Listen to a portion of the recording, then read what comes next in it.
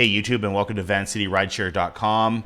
This is the second episode of my Dashcam diary series, and as before, I'm just going to have some commentary on some funny drivers in the lower mainland. This guy right here decided last minute he's going to cut through the little pylons on his way to New Westminster instead of Scott Road.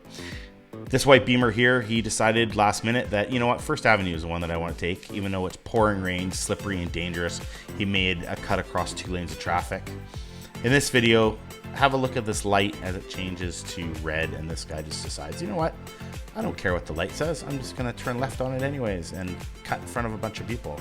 Check out this bucket. A pretty good sized bucket. Almost takes out a couple of vehicles. Very dangerous, weaving in and out to avoid it on Highway 1. See this motorcycle? Yeah, it's a nice little motorcycle.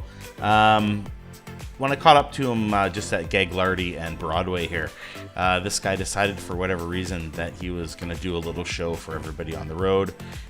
Super dangerous driving, weaving in and out of traffic. And yeah, he was long gone by the time I got caught up to him at the light.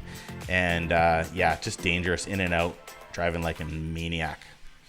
While heading southbound on Boundary with a rider in the back, this cement truck didn't do a shoulder check and decided that he would turn right into this BMW. Thankfully, all the passengers were not injured and the vehicle wasn't damaged too badly. But you know, with ICPC, it could be a write-off.